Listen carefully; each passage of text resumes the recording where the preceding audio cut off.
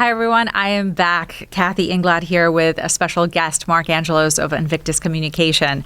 So I wanted to follow up with Marc because I think he is an amazing founder and also marketing expert. But if I could tell Marc, listening to the podcast that we just finished, there is this thing I call see it, be it. And what people see in Marc, they're like, how can I do what Marc is doing? How can I be Marc Angelos 2.0? Or how can I even achieve half the success that Marc has had?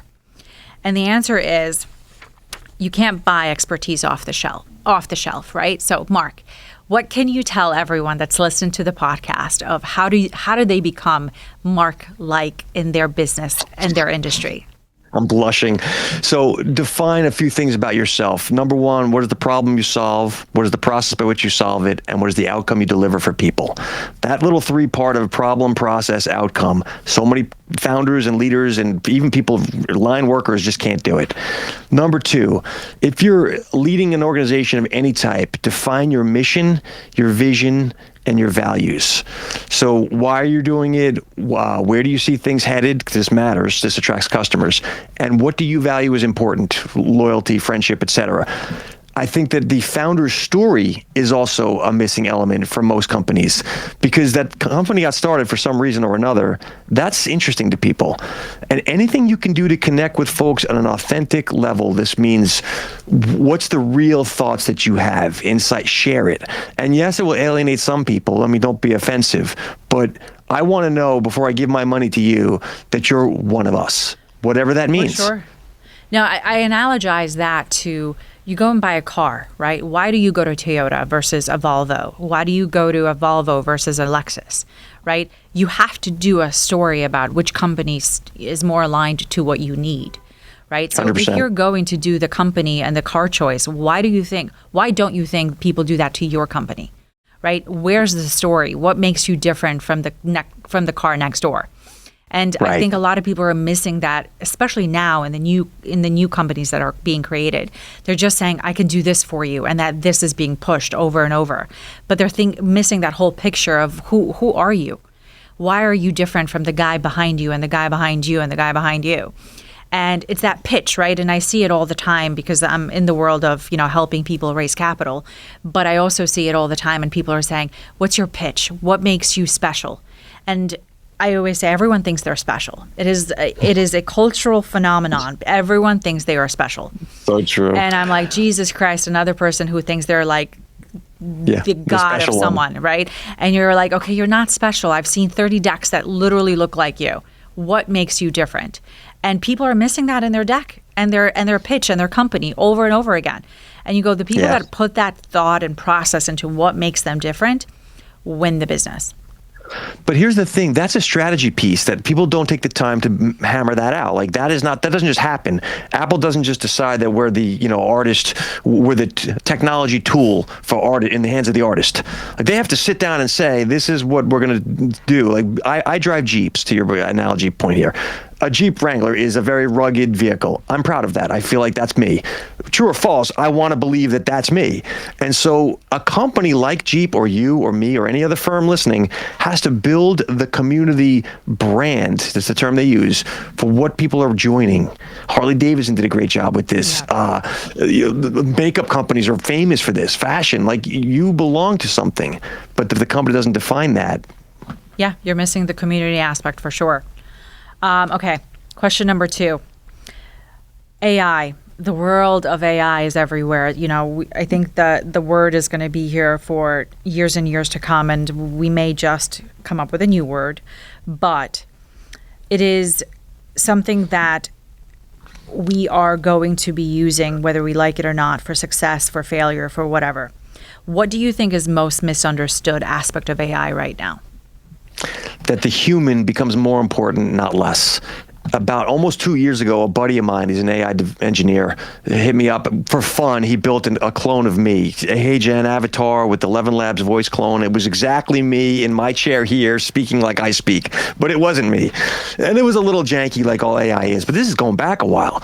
And I realized at that moment, like it was funny and it was cool, The only thing that's going to separate people is their actual story, their personal experience. So going forward in an AI world, the thing that you need to use to separate yourself, to create that brand, number one, personal stories. I've never lived your life, Kathy, and I can imitate you and copy your content, but I'm not you. Number two, lives. People don't like being live on camera, but that's going to become the differentiator, because when I pause or and ah, that's the human piece that you want to see. And number three, behind the scenes. I want to see you flub the intro for a guest. I want to see what goes into how the sausage is made, as they say. Because again, humans want human connection. Yeah. As perfect as the AI gets, I still want to have a friendship with somebody at that company. Yeah. And, the best analogy I could say is the AI generated photos. And you go, wow, that person looks immaculate. And then you see the person and you're like, what happened here? And you're like, look, I understand. Look, people pay up for makeup, right? If I sit 3 hours in a makeup chair, I look pretty good. Right. But who has time and effort and also the money to spend on 3 hours worth of makeup, right? And you go, well, I don't want to do that, so I'm just going to make AI make me look so much better. And it's a great concept, but it's not authentic, right? It's not going back to that authentic angle.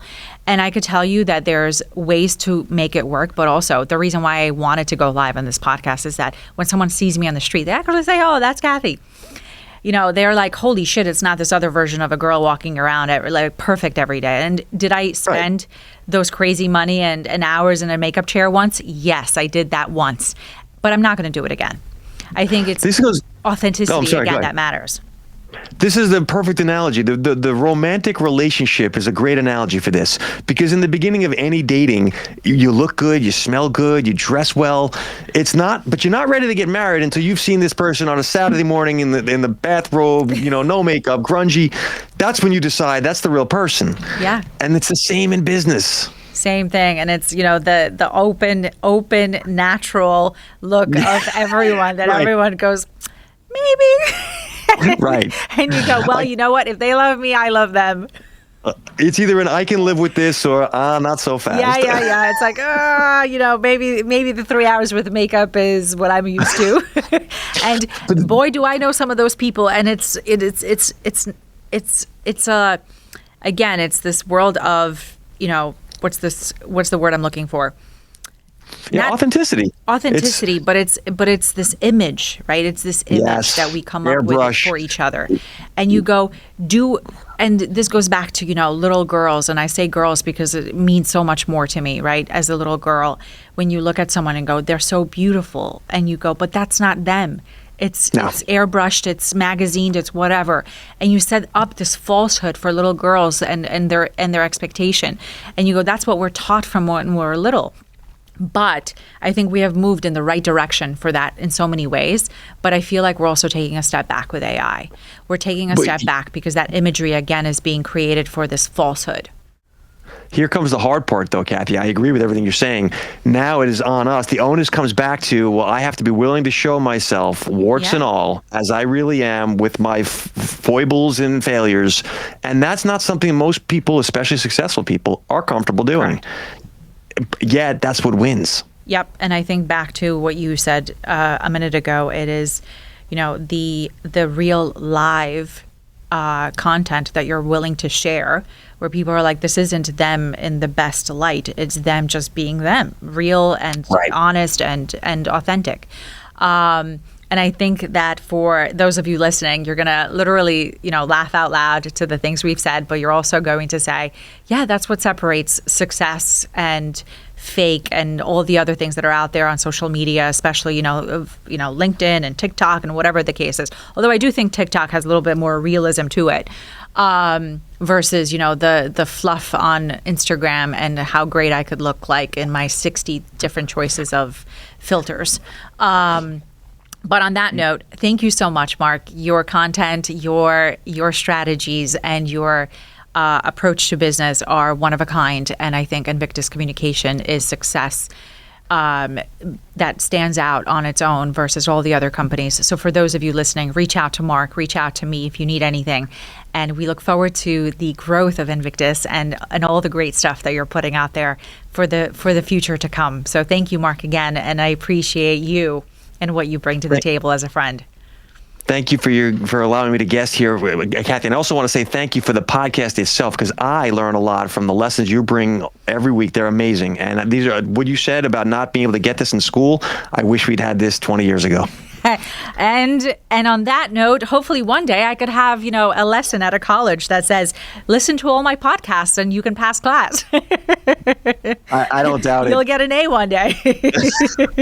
Thanks, Marc. I appreciate you and your time today. All the best. Talk to you soon. Cheers. Bye.